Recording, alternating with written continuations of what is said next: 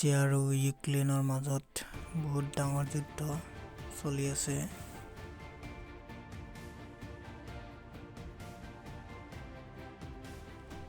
কি কাৰণত এই যুদ্ধ আৰম্ভণি হ'ল এইটো বা নাজানো।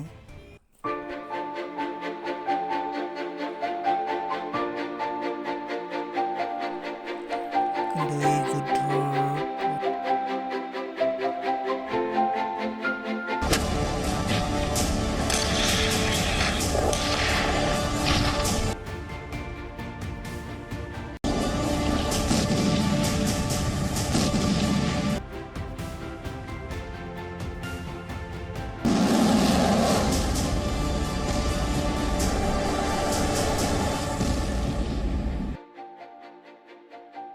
হৈছে ইউক্ৰেইনৰ ৰাষ্ট্ৰপতি।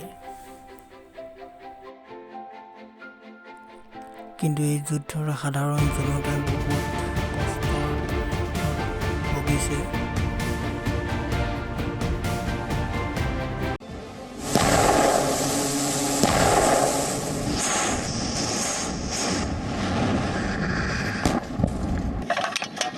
Батарея, огонь!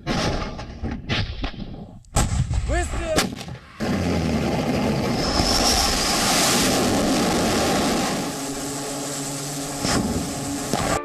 এই যুদ্ধৰ পৰিণতি কি হ'ব?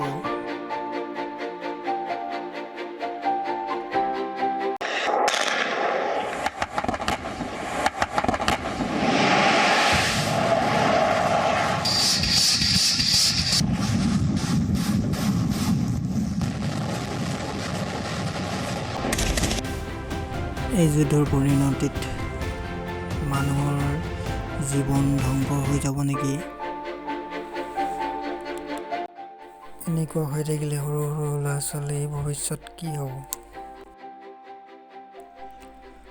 ৰাছিয়াখন হৈছে বহুত ডাঙৰ দেশ আৰু ইউক্ৰেইন দেশখন হৈছে সৰু দেশ।